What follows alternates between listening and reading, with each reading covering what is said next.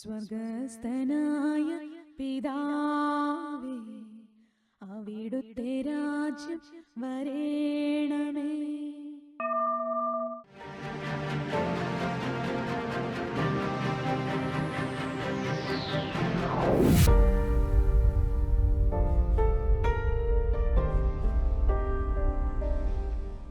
നാം തിരുസഭയിലൂടെയും യാത്ര ചെയ്യണം. ഒരു ആത്മീയ യാത്രയാണ്, നിത്യതയിലേക്കുള്ള നമ്മുടെ യാത്ര. നമ്മൾ ജനനം മുതൽ മാമോദീസ സ്വീകരിച്ച പരിശുദ്ധാത്മാവ് നമ്മുടെ ആത്മാവിനെ ഏറ്റെടുത്തുകൊണ്ട് സഹായകനായ പരിശുദ്ധാത്മാവ് ഈ ഭൂമിയിൽ നമ്മുടെ കൂടെ അദൃശ്യനായി നമ്മെ നയിക്കുന്ന ഒരു ജീവിതമാണ് നമ്മുടെ സഭാജീവിതം. ഓരോ നിമിഷവും നമ്മളുടെ കൂടെയുണ്ട്, കണ്ണുകൊണ്ട് കാണുന്നില്ലെന്നേ ഉള്ളൂ. നമ്മൾ പരിശുദ്ധാത്മാവിൽ വിശ്വസിച്ചുകൊണ്ട് അല്ലേ, നമ്മൾ പരിശുദ്ധാത്മാവിലും ഞാൻ വിശ്വസിക്കുന്നു നമ്മൾ ഏറ്റു പറയാൻ ഇതൊരു വലിയ മേഖലയാണ്. കാരണം നമ്മൾ എന്തിനാണ് ഈ ഏറ്റു പറയുന്നത്? പലപ്പോഴും ചിന്തിച്ചാണ്. ദൈവം സ്വാതന്ത്ര്യമാണ്. ദൈവം വളരെ വളരെ എന്താ പറയുന്നത്, മുഖം നോക്കുന്ന ദൈവമല്ല. നമ്മൾ ദൈവത്തെ ഏറ്റു പറയുകയാണെങ്കിൽ ദൈവം നമ്മളെ ഏറ്റു പറയും. അങ്ങനെയാണ് ദൈവത്തിൻ്റെ രീതി. നമുക്ക് സ്വാതന്ത്ര്യം നൽകിയിട്ടുണ്ട്. ഇതാ നന്മയും തിന്മയും ഞാൻ നിങ്ങളുടെ മുമ്പിൽ വച്ചിരിക്കുന്നു, ഇഷ്ടമുള്ളത് നിങ്ങൾ തിരഞ്ഞെടുത്തുകൊള്ളുക. നന്മ തിരഞ്ഞെടുക്കുകയാണെങ്കിൽ നിങ്ങൾക്ക് നന്മയുണ്ടാകും, തിന്മ തിരഞ്ഞെടുക്കുകയാണെങ്കിൽ നിങ്ങൾ തിന്മയുടെ അടിമത്തിലേക്ക് പോകും. പൗലോസ് പറയുന്നുണ്ടല്ലോ, നിങ്ങളെ വീണ്ടും ഭയത്തിലേക്ക് നയിക്കുന്നത്. ഇന്നലെ ഭയത്തിൻ്റെ ദുരാത്മാവിനെ കുറിച്ചാണ് കർത്താവ് ശിഷ്യന്മാരെ വഴക്ക് പറയുന്നത്. എന്തിനാണ് നിങ്ങൾ ഭയപ്പെട്ടത്? ഇന്ന് അനേകരുടെ ഉള്ളിൽ ഈ ഭയത്തിൻ്റെ ദുരാത്മാവ്, അല്ലെങ്കിൽ ഞാൻ പറയും പരിശുദ്ധാത്മാവ് ഭയത്തിൻ്റെ ആത്മാവല്ല, പരിശുദ്ധാത്മാവ് ശക്തിയുടെ ആത്മാവാണ്. തിമോത്തിയോട് പൗലോസ് പറയുന്നുള്ളൂ, നീ സ്വീകരിച്ചിരിക്കുന്നത് ഭീരുത്വത്തിൻ്റെ ആത്മാവിനെ അല്ല, മറിച്ച് ശക്തിയുടെയും ആത്മാധൈര്യത്തിൻ്റെയും ആത്മാവിനെയാണ്. റോമർ 8:14-15 പൗലോസ് പറഞ്ഞിട്ടുണ്ട്, നിങ്ങളെ വീണ്ടും ഭയത്തിലേക്ക്. അത് പണ്ട് നമ്മൾ അങ്ങനെ ആയിരുന്നു. നമ്മൾ ജനനം മുതൽ സങ്കീർത്തനം 51 പലപ്പോഴും ചിന്തിച്ചാണല്ലോ, മാതാവിൻ്റെ ഉദരത്തിൽ ഉരുവായപ്പോഴേ ഞാൻ പാപിയാണ് എന്ന് പറയുമ്പോൾ അശുദ്ധാത്മാവ് നമ്മുടെ ഉള്ളിൽ ആയിരുന്നു. നമ്മളുടെ ആത്മാവിനെ കീഴടക്കിയിരുന്നത് പരിശുദ്ധാത്മാവല്ല, അശുദ്ധാത്മാവായിരുന്നു, അല്ലെ ദുഷ്ടാരൂപിയായിരുന്നു. അവിടുന്ന് നമ്മളെ മോചിപ്പിച്ച് നിത്യതയിലേക്ക് നമ്മളെ എത്തിക്കുന്ന വഴിയിൽ തിരുസഭ, യേശു ഭൂമിയിൽ ഞാൻ പറയും ജീവിതത്തിൻ്റെ ഒരു വഴിയാണ്. ഒരു മതമൊന്നും യേശു സ്ഥാപിച്ചില്ല, അത് ആർക്കും ചേരാം. നിത്യതയ്ക്കുള്ള വഴിയിൽ അതല്ലേ കർത്താവായ യേശുക്രിസ്തുവിൽ വിശ്വസിക്കുക, നീയും നിന്റെ കുടുംബവും രക്ഷ പ്രാപിക്കും. മറ്റ് ഒരുവനിലും രക്ഷയില്ല. ആകാശത്തിൻ്റെ കീഴെ ഭൂമിയിൽ മനുഷ്യരായ നമ്മുടെ രക്ഷയ്ക്ക് വേണ്ടി യേശുക്രിസ്തുവിൻ്റെ നാമമല്ലാതെ വേറെ ഒരു നാമവും ദൈവം നമുക്ക് നൽകിയിട്ടില്ല മനുഷ്യവർഗത്തിന്. നമ്മൾ ഇതൊക്കെ ചിന്തിക്കുമ്പോൾ അതിനെ അങ്ങനെയൊക്കെ പറയുന്നത്, എന്തുമാത്രം മതങ്ങളാണ് ലോകത്തിലുള്ളത്, എന്തുമാത്രം എല്ലാ മതങ്ങളിലും ഒത്തിരി നന്മയുണ്ട്, എല്ലാത്തിനും നന്മ ആരും കണ്ടുകൊണ്ടാണ്. പക്ഷേ മനുഷ്യരുടെ ഈ വീഴ്ച, പാപം, സാത്താൻ്റെ അടിമത്തിലേക്ക് പോയി നമ്മൾ തന്നെ നോക്കി, എപ്പോഴും നമുക്ക് പാപം ചെയ്യാനുള്ളൊരു വാസന നമ്മളിലുണ്ട്. ഇത് നമ്മുടെ ഉൽപ്പത്തി 6 ദൈവം കണ്ടൊരു കാര്യമാണ്. മനുഷ്യൻ്റെ ഹൃദയവും മനസ്സും എപ്പോഴും തിന്മയിലേക്ക് ചാഞ്ഞിരിക്കുന്നുവെന്ന് ദൈവം കണ്ടു. ദൈവത്തിൻ്റെ ചൈതന്യം, നന്മ ചെയ്യാനുള്ള ദൈവത്തിൻ്റെ ചൈതന്യം മനുഷ്യനിൽ വസിക്കയില്ല എന്ന് ദൈവം കണ്ട് മനുഷ്യനെ സൃഷ്ടിച്ചതിൽ ദൈവം പരിതപിച്ചു എന്നാണ് അവിടെ പറഞ്ഞിരിക്കുന്നത്.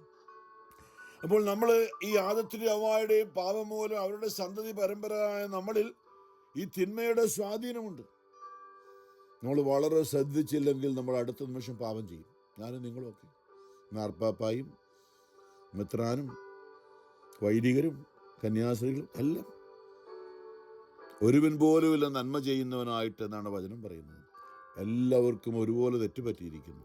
അവിടെയാണ് ഈശോ ലോകത്തിലേക്ക് വന്നിട്ട് നമ്മളുടെ പാപത്തിൻ്റെ ഈ മേഖല, അതായത് തിന്മയിലേക്ക് ചാഞ്ഞിരിക്കുന്ന നമ്മളിലുള്ള അശുദ്ധാത്മാവിൻ്റെ ഭരണം, ദുഷ്ടാരൂപിയുടെ ഭരണം, സാത്താൻ്റെ നമ്മുടെ മേലുള്ള ഭരണത്തെ യേശു കാൽവരിയിൽ പരാജയപ്പെടുത്തി.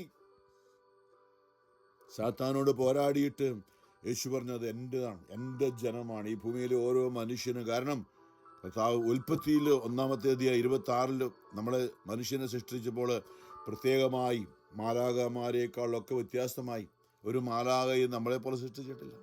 അരൂപികളാണ് മാലാഖമാർ. എബ്രായലേഖനം ചോദിക്കുന്നുണ്ട്, ഏത് ദൂതനോടാണ് നീ എൻ്റെ പുത്രനാണ്, ഞാൻ നിനക്കിന്ന് ജന്മം നൽകിയെന്ന് ഏത് ദൂതനോടാണ് ദൈവം പറഞ്ഞതെന്ന് യഹൂദരോട് അപ്പോസ്തലനായ പൗലോസ് ചോദിക്കുന്നുണ്ട്. പ്രിയമുള്ളവരെ, നമ്മളെ മാത്രമാണ്, മനുഷ്യരായ നമ്മളെ മാത്രമാണ് എന്താ പറഞ്ഞത്? മാലാഖമാരെ സൃഷ്ടിച്ചപ്പോൾ ദൈവം പറഞ്ഞില്ല നമുക്ക് നമ്മുടെ സ്വന്തം ഛായയിലും സാദൃശ്യത്തിലും മാലാഖമാരെ സൃഷ്ടിക്കാമെന്ന് പറഞ്ഞില്ല. നമ്മളത് അറിയണം. 31:26 നമുക്ക് നമ്മുടെ സ്വന്തം, നമ്മുടെ ഛായയിലും സാദൃശ്യത്തിലും മനുഷ്യനെ സൃഷ്ടിക്കാം. എന്താ ചെയ്തതെന്ന് നമുക്കറിയാം. ആ വ്യത്യാസം കളിമണ്ണ് കൊണ്ട് മെനഞ്ഞെടുത്തിട്ട് ചില പക്ഷികളെയും ജീവജാലങ്ങളെയും ഒക്കെ കളിമണ്ണ് കൊണ്ട് മെനഞ്ഞെടുത്തതായിട്ട് വചനം പറയുന്നുണ്ട്. പക്ഷേ അവയിലേക്കൊന്നും ദൈവത്തിൻ്റെ പേഴ്സണാലിറ്റി, ദൈവത്തിൻ്റെ ജീവൻ, ദൈവത്തിൻ്റെ സത്ത നിവേശിപ്പിച്ചില്ല. മനുഷ്യൻ്റെ ഉള്ളിൽ മാത്രമാണ് കളിമണ്ണ് കൊണ്ട് ഒരു സ്റ്റാച്യുവൽ ഉണ്ടാക്കി ആദത്തിൻ്റെ നാസാരന്ധ്രങ്ങളിലേക്ക് അത് ദൈവം മനുഷ്യനല്ലോ നമ്മളെപ്പോലെ. ദൈവത്തിന് ശ്വാസകോശമോ ശ്വസിക്കാൻ വായുവോ ഒന്നും ആവശ്യമില്ല. ദൈവം ആത്മാവാണ്. അപ്പോൾ ആത്മാവായ ദൈവം നമ്മുടെ നാസാരന്ധ്രങ്ങളിലേക്ക് ആദത്തിലേക്ക് നിവേശിപ്പിച്ചത് ആത്മാവിനെയാണ്. റൂഹ, കാറ്റ്, റൂഹായാണ്. അതായത് പരിശുദ്ധാത്മാവിൻ്റെ ഒരു അംശമാണ്. നമ്മൾ പരിശുദ്ധാത്മാവിൻ്റെ പൂർണ്ണതയിലേക്ക് സഭയിലൂടെ യേശുക്രിസ്തുവിൻ്റെ പിതാവും പുത്രനും പരിശുദ്ധാത്മാവുമായ ദൈവം അന്ന് ഏദൻ തോട്ടത്തിൽ ഉരുവാക്കിയപ്പോൾ നിക്ഷേപിച്ച ആ ചൈതന്യം എന്ന് പറയുന്നത് പൂർണ്ണതയില്ല, അത് നമ്മുടേതാണ്. ഇപ്പോൾ ഒരു അപ്പൻ്റെ അമ്മയുടെയും 10 മക്കളുണ്ടെങ്കിൽ ഓരോ മക്കളും അല്ലേ വ്യത്യാസമാണ്, പക്ഷെ അവരുടെ മക്കളാണ് എന്ന് പറഞ്ഞ പോലെയാണ് ദൈവത്തിൻ്റെ ഒരു ചൈതന്യം നമ്മളിലുണ്ട്, പൂർണ്ണതയില്ല. അപ്പോൾ ആ പൂർണ്ണതയിലേക്ക് എത്തുവാനായിട്ടുള്ള, അതാണ് ഈശോ വിളിച്ചു പറഞ്ഞത് മത്തായി 5:48, എൻ്റെ സ്വർഗസ്ഥനായ പിതാവ് പരിപൂർണനായിരിക്കുന്നത് പോലെ നിങ്ങളും പരിപൂർണരായിരിക്കുവിൻ എന്ന് പറയുമ്പോൾ പിതാവിൻ്റെ അതേ മക്കളായി, പിതാവിൻ്റെ സ്വർഗത്തിലെ പിതാവിൻ്റെ അതേ രൂപമുള്ളവരായി, പിതാവിൻ്റെ അതേ സ്വഭാവമുള്ളവരായി നിങ്ങൾ മാറണം. ഈ ഭൂമിയിൽ നമ്മുടെ ഉള്ളിൽ ദൈവത്തിൻ്റെ ചൈതന്യം നിക്ഷേപിച്ചാണ് നമ്മളെ ഉരുവാക്കിയതെങ്കിലും ആദത്തിൻ്റെ ഹവ്വായുടെയും പാപനിമിത്തം നമ്മുടെ ആത്മാവിൽ, നമ്മുടെ മനസ്സിൽ, നമ്മുടെ ശരീരത്തെയൊക്കെ നയിക്കുന്നത് ദുഷ്ടാരൂപിയാണ്. ആ ഒരവസ്ഥയിൽ അതുകൊണ്ടാണ് 8 ദിവസം പ്രായമുള്ളപ്പോൾ നമ്മളെ ദേവാലയത്തിലേക്ക് കൊണ്ടുപോയി നമ്മളെ ഒരു പ്രത്യേക, നമ്മുടെ ജ്ഞാനസ്നാനം, മാമോദീസ അവിടെ എന്താ നടന്നത് നമ്മൾ ആലോചിക്കുന്ന നല്ലതാണ്. തലതൊട്ടപ്പനോ തലതൊട്ടമ്മയോ അല്ല അപ്പനോ അമ്മയോ നമ്മുടെ ദേവാലയത്തിൽ കൊണ്ടുപോയപ്പോൾ ആദ്യം ദേവാലയത്തിന് ഉള്ളിലേക്ക് കയറ്റുന്നതിന് മുമ്പ് പ്രധാന കവാടത്തിൽ വെച്ച് വൈദികനോട് ചോദ്യം ചോദിക്കുക, എന്തിനാണ് നിങ്ങൾ വന്നേ? അങ്ങനെയല്ല ചോദിക്കുന്നത്, വേറെ ഭാഷ. പക്ഷേ ഇതിന് എന്തിനാണ് നിങ്ങൾ വന്നേ? ഓ, ഞങ്ങളുടെ കുഞ്ഞിനെ ഞങ്ങൾ കർത്താവിൻ്റെതാക്കി മാറ്റാൻ വന്നതാണ്. അപ്പോൾ അവരാദ്യം ചോദിക്കും, അങ്ങനെയാണെങ്കിൽ സാത്താനെയും അവൻ്റെ എല്ലാ കാര്യങ്ങളെയും അവൻ്റെ ആഡംബരങ്ങളെയും വെറുത്ത് ഉപേക്ഷിക്കാൻ നിങ്ങൾ തയ്യാറാണോ? നല്ല ബോധത്തിൽ അതെ, ഞങ്ങൾ തയ്യാറാണ്. അടുത്ത ചോദ്യമാണ്, യേശുക്രിസ്തുവിനെ കാൽവരിയിൽ സാത്താനെ പരാജയപ്പെടുത്തി പരിശുദ്ധാത്മാവിനെ നമുക്ക് നൽകിയ ആ യേശുക്രിസ്തുവിനെ നിങ്ങൾ കർത്താവും നാഥനുമായി സ്വീകരിക്കാൻ തയ്യാറാണോ? അതെ, യെസ് എന്ന് പറഞ്ഞു കഴിയുമ്പോഴാണ് ദേവാലയത്തിൻ്റെ ഉള്ളിലേക്ക് കൊണ്ടുവരിക. അവിടെ വന്നിട്ടാണ് പിന്നെ മാമോദീസയുടെ ചടങ്ങുകളൊക്കെ നടക്കുക. വെള്ളം വെഞ്ചരിക്കുന്നതും മൂറോൻ തൈലം പൂശുന്നതും അവിടെയാണ്. നെറ്റിയിൽ പ്രാർത്ഥനയ്ക്ക് ശേഷം നെറ്റിയിലെ കുരിശ് വരച്ചുകൊണ്ട് പിതാവിൻ്റെയും പുത്രൻ്റെയും പരിശുദ്ധാത്മാവിൻ്റെയും നാമത്തിൽ നിന്നെ ഞാൻ സ്നാനപ്പെടുന്നു, നിന്നെ ഞാൻ മാമോദീസ മുക്കുന്നു എന്ന് പറയുമ്പോൾ നമ്മൾ സ്വർഗം നമുക്കായി അടയ്ക്കപ്പെട്ടിരുന്ന സ്വർഗം നമുക്കായി തുറക്കപ്പെടുകയാണ്. അവിടെ നമ്മളതൊന്നും കാണുന്നില്ല. കാരണം യേശു പരിപൂർണനായ യേശു മാമോദീസ സ്വീകരിച്ചപ്പോൾ സ്വർഗം തുറക്കപ്പെട്ടു. യേശുവിന് മാമോദീസ സ്വീകരിക്കേണ്ട ആവശ്യമൊന്നും ഉണ്ടായിരുന്നില്ല, അവനിൽ പാവമില്ലായിരുന്നു. പക്ഷേ യേശുവാണ് എല്ലാ സാക്രമെൻറ്റ്സ്, എല്ലാ കൂദാശകളും യേശു തന്നെ സ്ഥാപിച്ചതാണ്. കർത്താവിൻ്റെ സാന്നിധ്യമുണ്ട് എല്ലാ കൂദാശയിലും. അദൃശ്യമായ അടയാളങ്ങളിലെ അദൃശ്യമായ വരപ്രസാദം, അദൃശ്യമായ ദൈവിക ചൈതന്യം ദൃശ്യമായ അടയാളങ്ങളിലൂടെ നമ്മളിലേക്ക് നൽകപ്പെടുന്നതിനാണ് കൂദാശ എന്ന് പറയുന്നത്. നിർവചനം അതാണ്, അത് യേശു തന്നെ സ്ഥാപിച്ചതാണ്. അപ്പോൾ നമ്മൾ ഈ മാമോദീസ യേശു സ്ഥാപിച്ചതുകൊണ്ടാണ് ജോർദാൻ നദിയിലേക്ക് കയറി ചെന്നുകൊണ്ട് അവിടെ യോഹന്നാൻ സ്നാപകൻ അത്രയും നാളും എല്ലാവർക്കും വെള്ളം കൊണ്ട് തലയിൽ വെള്ളം ഒഴിച്ച് മാനസാന്തരപ്പെടാൻ പറഞ്ഞിട്ട് അവർ മാനസാന്തരപ്പെട്ട് തങ്ങളുടെ തെറ്റുകളെ ഓർത്ത് അനുദപിക്കുന്നു എന്ന് പറഞ്ഞപ്പോൾ തലയിലേക്ക് വെള്ളം ഒഴിച്ചുകൊണ്ടല്ലേ മുക്കിയിട്ട്, ജോർദാൻ നദിയിൽ മുക്കിയിട്ട് അവരെ സ്നാനപ്പെടുത്തി. എന്നാൽ യോഹന്നാൻ പറഞ്ഞു, എൻ്റെ പിന്നാലെ ഒരുവൻ വരുന്നുണ്ട്, ഞാൻ നിങ്ങളെ വെള്ളം കൊണ്ട് സ്നാനപ്പെടും, എന്നാൽ എൻ്റെ പിന്നാലെ വരുന്നവൻ നിങ്ങളെ പരിശുദ്ധാത്മാവിനാലും അഗ്നിയാലും സ്നാനപ്പെടുത്തും. പലപ്പോഴും നമ്മൾ ചിന്തിച്ചതാണ്, പരിശുദ്ധാത്മാവ് ദൈവ അരൂപിയാണ്. സാത്താൻ്റെ അരൂപിയെ മാറ്റിയിട്ട് ദൈവത്തിൻ്റെ ഭരണം, ദൈവാത്മാവിനാൽ നയിക്കപ്പെടുന്നവരെല്ലാം ദൈവത്തിൻ്റെ മക്കളാണെന്നാണ് റോമർ 8:15 പറയുന്നത്. അപ്പോൾ സാത്താൻ്റെ മക്കളാണെന്ന് യഹൂദരോട് യേശു യോഹന്നാൻ 8 പറഞ്ഞു. നിങ്ങൾ നിങ്ങളുടെ പിതാവായ പിശാചിൻ്റെ മക്കളാണെന്നാണ് അവരോട് പറഞ്ഞത്. കാരണം അവർക്ക് മാനസാന്തരം ഇല്ലായിരുന്നു. അപ്പോൾ നമ്മളിത് അറിയണം.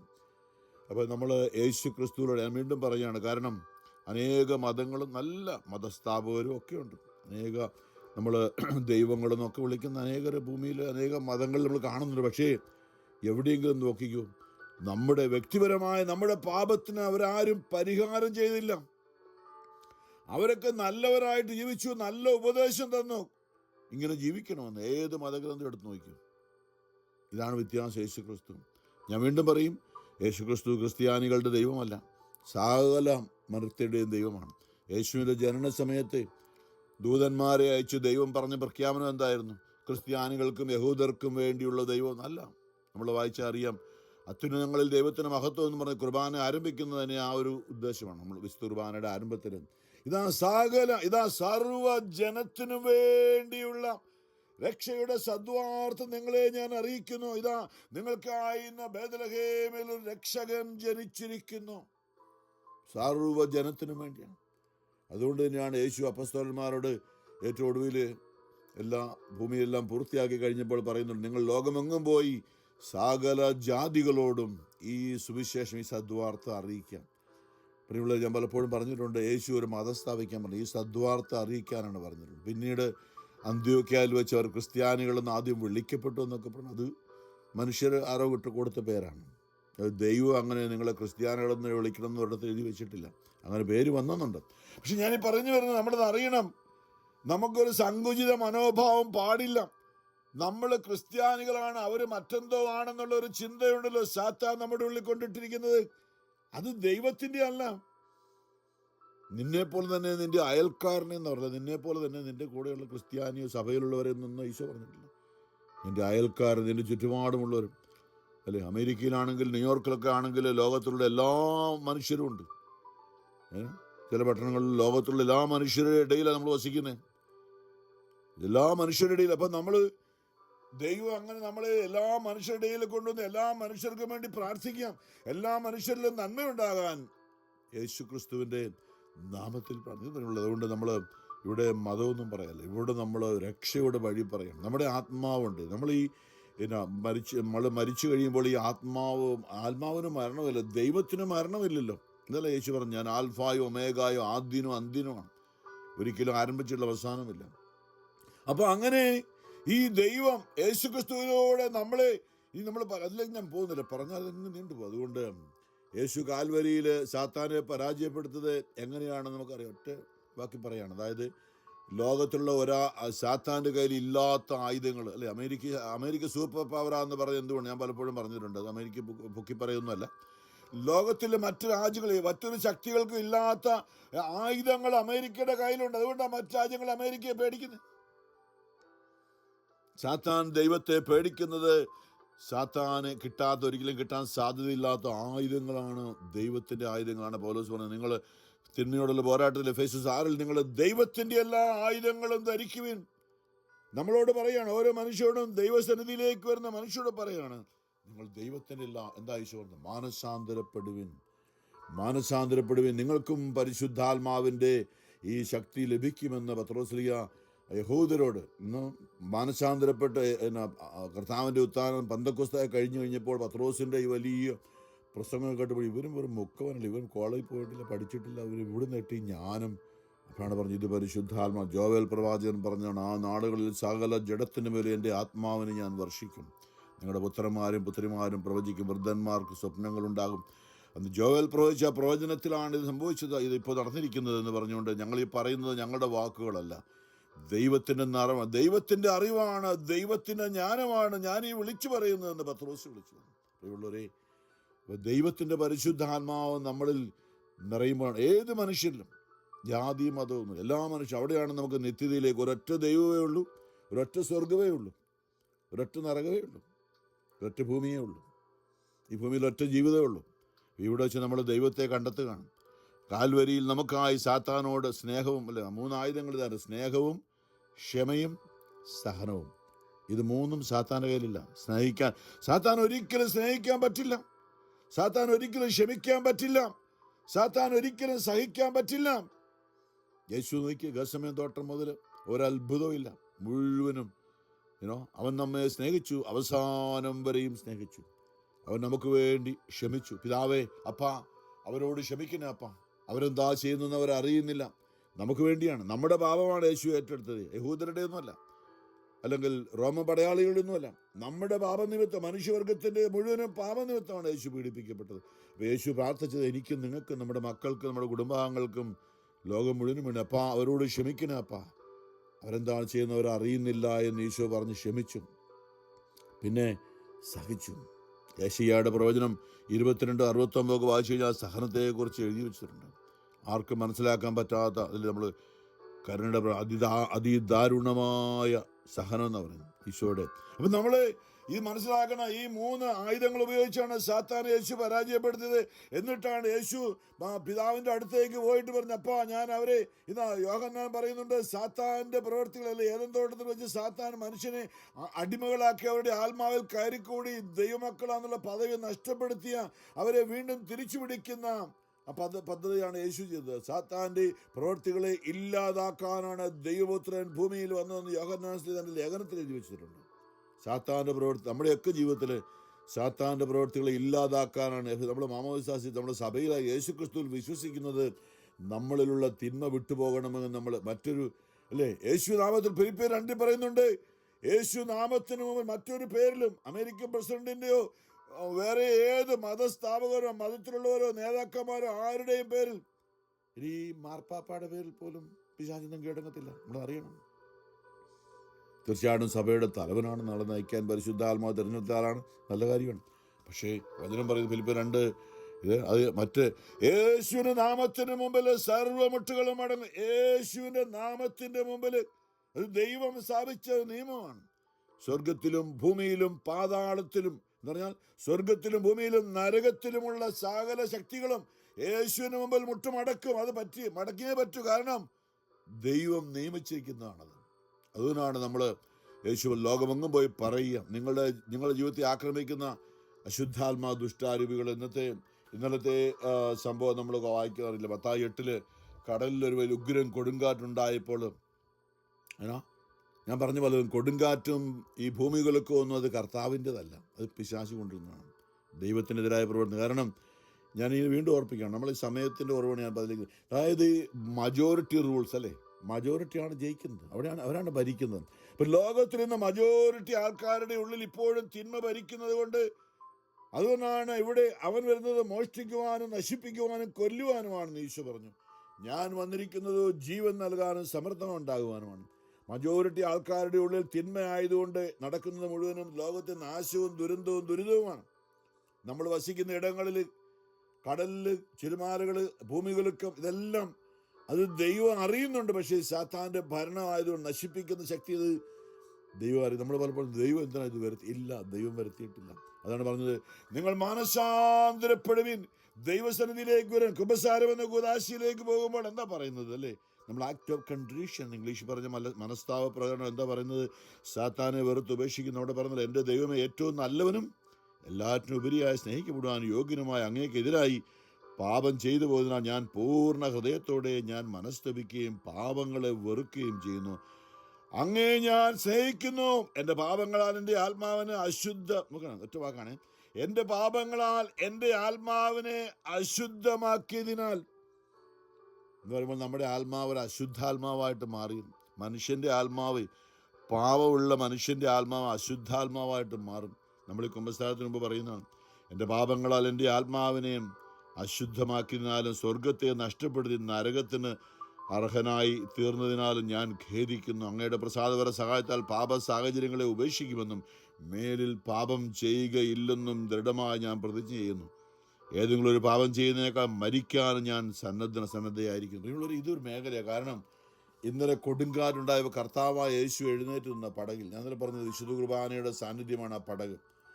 വെള്ളത്തിൽ പടകിൽ നിന്ന പോലെ യേശു ലോകമെമ്പാടും എല്ലാ ദിവ്യകാരുണ്യമായ വിശുദ്ധ കുർബാനയിൽ ലോകത്തിലെ ചൈനയിലുണ്ട്, റഷ്യയിലുണ്ട്, യുക്രൈനിലുണ്ട്, ഇറാനിലുണ്ട്, ഏത് രാജ്യമായിട്ട് അവിടെ വിശുദ്ധ കുർബാന ആരെങ്കിലുമൊക്കെ ചൊല്ലി അവിടെ യേശുവിന്റെ സാന്നിധ്യമുണ്ട്.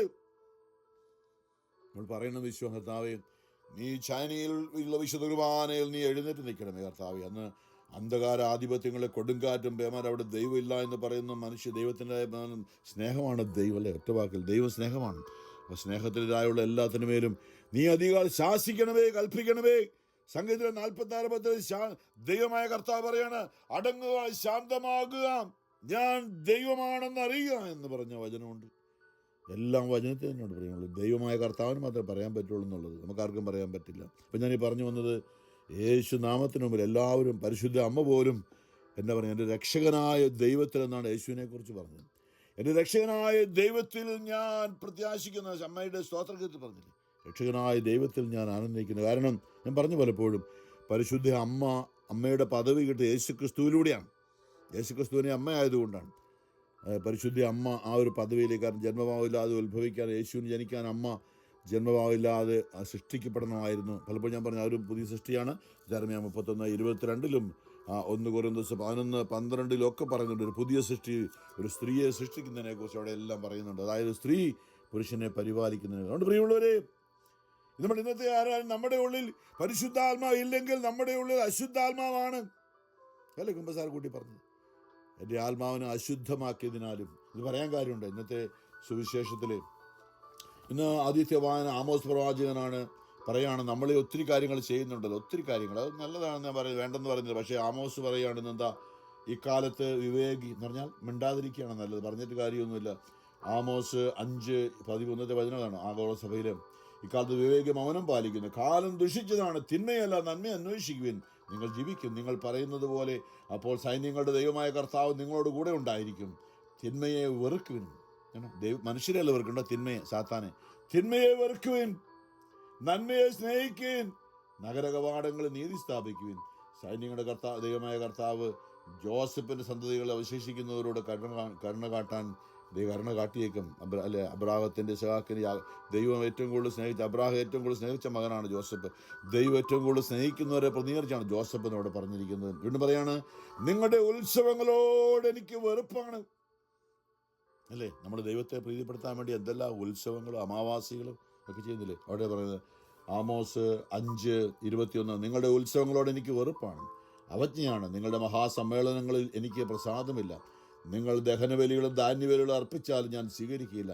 സമാധാന ബലിയായി നിങ്ങൾ അർപ്പിക്കുന്ന മൃഗത്തെ, കൊഴുത്ത മൃഗങ്ങളെ ഞാൻ നോക്കുകയില്ല. നിങ്ങളുടെ ഗാനങ്ങളുടെ ശബ്ദം എനിക്ക് കേൾക്കണ്ട, നിങ്ങളുടെ വീണാനാദം ഞാൻ ശ്രദ്ധിക്കുകയില്ല. നീതി ജലം പോലെ ഒഴുകട്ടെ, സത്യം ഒരിക്കലും വറ്റാത്ത നീർച്ചാല് പോലെയും. യോഹന്നാൻ ശ്ലീഹയുടെ ഭാഷയിൽ പറഞ്ഞാൽ സ്നേഹമായിരിക്കട്ടെ ഞങ്ങളുടെ ലക്ഷ്യമെന്നാണ്. ഇത് ഏശയ്യാ വിളിച്ചു പറഞ്ഞാണ്. ഏശയ്യാ 1 പറയുന്നുണ്ടല്ലോ, ആകാശമേ ശ്രദ്ധിക്കുക, ഭൂതലമേ ശ്രദ്ധിക്കുക, കർത്താവ് അല്ല ചെയ്യുന്നു. ഞാൻ മക്കളെ പോറ്റുവളി, എന്നാൽ അവർ എന്നോട് കലഹിച്ചു. കാള അതിൻ്റെ ഉടമസ്ഥനെ അറിയുന്നു, കഴുത എൻ്റെ യജമാനൻ്റെ പുൽത്തു, എന്നാൽ ഇസ്രായേൽ ഗ്രഹിക്കുന്നില്ല, എൻ്റെ ജനം മനസ്സിലാക്കുന്നില്ല. ഇത് പറയാണ്. അവിടെയും പറയുന്നുണ്ട്, നിങ്ങളുടെ വ്യർത്ഥമായ യേശയ്യാ 1:12 പറയുന്നുണ്ട്, എൻ്റെ അങ്കണത്തിൽ വരാൻ ഇതെല്ലാം ആവശ്യമാണ്. നീ അമാവാസിയും ഈ മേധസ്സും ഒക്കെ ആവശ്യമാണെന്ന് ആര് പറഞ്ഞു? പണ്ട് അങ്ങനെയായിരുന്നല്ലോ, മൃഗങ്ങളുടെ മേധസ്സു കൊണ്ടുള്ള ബലിയർപ്പണം. അതെനിക്ക് വെറുപ്പാണ്. നിങ്ങളുടെ കാഴ്ചവസ്തുക്കൾ, വ്യർത്ഥമായ കാഴ്ചകൾ, അതായത് ഉള്ളിൽ അശുദ്ധാത്മാവുമായിട്ട് പോയി ബലിയർപ്പിച്ചാൽ അത് ദൈവത്തിന് സ്വീകരിക്കാൻ പറ്റില്ല എന്ന്. അനുരഞ്ജിതരായി തീർന്നിടാം ബലിയർപ്പത്തിന് മുമ്പായിട്ട്. നിങ്ങളുടെ ധൂപം എനിക്ക് മ്ലേച്ഛ വസ്തുവാണ്. നിങ്ങളുടെ അമാവാസികൾ, സാപത്തും സമ്മേളനങ്ങളും, നിങ്ങളുടെ അനീതി നിറഞ്ഞ ഉത്സവങ്ങൾ എനിക്ക് സഹിക്കാനാവുന്നില്ല. നിങ്ങളുടെ അമാവാസികൾ, ഉത്സവങ്ങൾ ഞാൻ വെറുക്കുന്നു. അവ എനിക്ക് ഭാരമായിരിക്കുന്നു, അവ എനിക്ക് ദുസ്സഹമായി തീർന്നിരിക്കുന്നു. നിങ്ങൾ കരങ്ങൾ ഉയർത്തുമ്പോൾ ഞാൻ നിങ്ങളിൽ നിന്ന് മുഖം മറയ്ക്കും. എത്ര പ്രാർത്ഥിച്ചാലും ഞാൻ കേൾക്കുകയില്ല. അവിടെ വേണ്ടി പറയാണ്, നിങ്ങളെ തന്നെ കഴുകി വൃത്തിയാക്കുവിൻ. നിങ്ങൾ ദുഷ്കർമ്മങ്ങൾ എൻ്റെ സന്നിധിയിൽ നിന്ന് നീക്കിക്കളയും. നിങ്ങളുടെ അകൃത്യങ്ങൾ അവസാനിപ്പിക്കുവാൻ, നന്മയെ പ്രവർത്തിക്കാൻ ശീലിക്കുവാൻ, നീതി അന്വേഷിക്കുവാൻ, മർദ്ദനം അവസാനിപ്പിക്കുവാൻ, അനാഥരോട് നീതി ചെയ്യുവാൻ, വിധവകൾക്ക് വേണ്ടി വാദിക്കുവാൻ കർത്താവ് അരുളിച്ചെന്നാണ്. വരുവിൻ, അവിടെ പറയാണ് യേശയ്യാ 1:18, വരുവിൻ നമുക്ക് രമ്യതപ്പെടാം, അനുരഞ്ജിതരായി തീർന്നിടാം. മനുഷ്യരോടും ദൈവത്തോടും വരുവിൻ നമുക്ക് രമ്യതപ്പെടാം. നിങ്ങളുടെ പാപങ്ങൾ കടും ചുമപ്പാണെങ്കിൽ അവ മഞ്ഞുപോലെ വെണ്മയുള്ളതായി തീരും. അവ രക്തവർണ്ണമെങ്കിലും കമ്പിളി പോലെ വെളുക്കും. അനുസരിക്കാൻ സന്നദ്ധരെങ്കിൽ നിങ്ങൾ ഐശ്വര്യം ആസ്വദിക്കും. അനുസരിക്കാതെ ധിക്കാരം തുടർന്നാൽ വാളിനിരയായി. എന്ന് പറയുമ്പോൾ വാള് കൊടുക്കുന്ന ദൈവമല്ല, നമ്മുടെ ഉള്ളിലുള്ള ദുഷ്ടാരൂപി തന്നെ നമ്മളെ നശിപ്പിക്കും. ഇന്നത്തെ സുവിശേഷം ഇന്നലെയൊക്കെ ചിന്തിച്ചതിന് ബാക്കിയായിട്ടാണ്. ഇന്നലെ കൊടുങ്കാറ്റായിരുന്നെങ്കിൽ ഇന്ന് ഒരു മനുഷ്യൻ്റെ ഉള്ളിൽ 2000-ഓളം ദുരാത്മാവ്, അതായത് ഈ മരിച്ച ആത്മാക്കളെ 2 ഭാഗമുണ്ട്. അതായത് മത്തായി 8 ഇന്നത്തെ വായന മത്തായി 8-ാമത്തെ അധ്യായം 28 നിന്നാണ്. അതെല്ലാം ഞാൻ വായിക്കുന്നില്ല. അവിടെ പറഞ്ഞ പിശാച് ബാധിതരെന്നാണ്. ഇവിടെ രണ്ട് പേര് പിശാച് ബാധിതരാണ് പറഞ്ഞത്. അവിടെ പറഞ്ഞ യേശു അവിടെ ഗരസയുടെ ദേശത്ത് ചെന്നപ്പോൾ ശവക്കല്ലറകളിൽ നിന്ന് ഇറങ്ങുന്ന, ശവക്കല്ലറയുടെ ഇടയിൽ അവർ ജീവിച്ചിരിക്കുന്നവരാണ്, ജീവനുള്ളവരാണ്. 2 പിശാച് ബാധിതർ അവനെ കണ്ടുമുട്ടി. ആർക്കും വഴി നടക്കാൻ സാധിക്കാത്തത് അവർ അവരുടെ ആത്മാവിൽ പിശാചുകളെന്നാണ് പറഞ്ഞിരിക്കുന്നത്. ഇത് തന്നെയാണ് ഈ ഇന്നലെ ഭാഗത്തെല്ലാം മർക്കോസിൻ്റെ ഭാഷയിൽ പറയുമ്പോൾ മർക്കോസ് 5 ഇങ്ങനെ പറയുന്നുണ്ട്. അവിടെ ഒരാളെ കുറിച്ച് 2 സംഭവമായിരിക്കാം, എന്തായാലും വ്യത്യാസം മനസ്സിലാക്കണം. ആദ്യത്തേത് പിശാച് ബാധ എന്ന് പറഞ്ഞെങ്കിൽ ആ കടലിൻ്റെ മറുകരയിൽ നാട്ടിൽ അവിടെ വഞ്ചിയിൽ നിറഞ്ഞാൽ ഉടനെ അശുദ്ധാത്മാവ് ബാധിച്ച ഒരുവൻ അവിടെ പറഞ്ഞിരുന്നത്. ഇപ്പം രണ്ടാണ് അന്ന്. അതെ, യേശു തന്നെ പറഞ്ഞാണ്, അല്ലേ, ദൈവവചനമാണത്. അപ്പോൾ പിശാച് ബാധിച്ച 2 പേരെയും ഇവിടെ അശുദ്ധാത്മാവ് ബാധിച്ച ഒരുവനെയും. അപ്പോൾ അവിടെ എന്താ, അശുദ്ധാത്മാവെ അവനെ വിട്ടുപോകുക എന്ന് യേശു കൽപ്പിച്ചപ്പോൾ അവർ പറയുകയാണ്, ഞങ്ങളോട് എന്തിനാ, സമയമൊന്നും ആയിട്ടില്ല, ഞങ്ങളെ അങ്ങനെ പറഞ്ഞുവിടണ്ട എന്ന് പറഞ്ഞപ്പോൾ അവർ പറയുകയാണ്, അശുദ്ധാത്മാവെ മനുഷ്യനെ പുറത്തു വരുമെന്ന് യേശു ആജ്ഞാപിച്ചു. നിന്റെ പേരെന്താണ് യേശു ചോദിച്ചു. അവൻ പറഞ്ഞു, എൻ്റെ പേര് ലഗിയോൻ. എന്താ പറഞ്ഞു, ഞങ്ങൾ അനേകം പേരുണ്ട്. ഒരാളല്ല, ഒരാളെന്താ പറഞ്ഞത് നമുക്കറിയാം. പ്രിയമുള്ളവർ, ഞങ്ങളെ വലിയ പന്നിക്കൂട്ടം മലയരികിൽ മേയുന്നുണ്ടായിരുന്നു. ഞങ്ങളെ ആ പന്നിക്കൂട്ടത്തിലേക്ക് അയക്കുക, ഞങ്ങൾ അവയിൽ പ്രവേശിച്ചു കൊള്ളട്ടെ. ഞാനൊരു കാര്യം മനസ്സിലാക്കിയത്, പിശാചുക്കൾ ഒരിക്കലും ദൈവത്തോട് അപേക്ഷിക്കുകയില്ല. പിശാച് ദൈവത്തെ എതിർക്കുകയാണ്. ഇപ്പോൾ നമ്മൾ ചിന്തിക്കുകയാണ് പറയുന്നത്, മനുഷ്യരായി ഭൂമിയിൽ ജീവിച്ചിട്ട് മുമ്പ് പറഞ്ഞില്ല, കുമ്പസാരക്കുള്ള ആത്മാവ് അശുദ്ധമായി തീർന്ന പാപത്തിൽ മരിക്കുന്ന, ഉള്ളിൽ സ്നേഹമില്ലാതെ മരിക്കുന്ന ആത്മാക്കൾ അശുദ്ധമായി പോവുകയാണ്.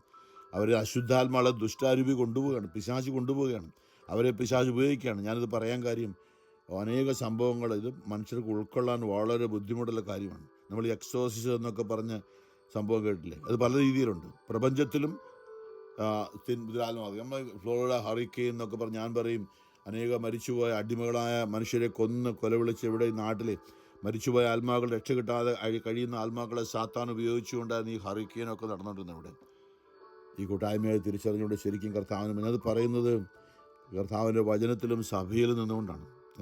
യേശുവിൻ്റെ ദീപികാരണ സാന്നിധ്യത്തിൽ ഉള്ളിൽ വിശുദ്ധ കുർബാനകൾ യേശുവിനെ ഉൾക്കൊണ്ടുകൊണ്ടാണ് ഈ പറയുന്നത്. അതായത് കർത്താവ് ഇന്നലെ പടകിൽ എഴുന്നേറ്റു എന്ന് പറഞ്ഞ് അടങ്ങുക, ശാന്തമാകാൻ. നമ്മുടെ ഉള്ളിലും കർത്താവിൻ്റെ ആത്മാവ് ഉണ്ടപ്പോൾ നമുക്ക് ആ യേശുവിൻ്റെ ആത്മാവ് നമ്മളിലൂടെ കൽപ്പിക്കും. അതിൽ റോമർ 8 ഞാൻ നിർത്തുകയാണ്.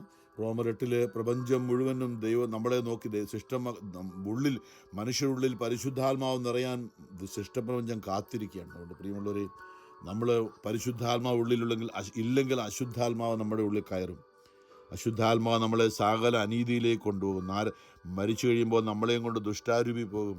അതുകൊണ്ട് ദിവ്യകാരുണ്യമേ ഈശോയെ ഞങ്ങളിൽ വസിക്കണമേ, പരിശുദ്ധ പരമാ ദിവ്യകാരുണ്യ നാഥന ഈശോയ്ക്ക് എന്നേരവും ആരാധനയും സ്തുതിയും പുകഴ്ചയും ഉണ്ടായിരിക്കട്ടെ.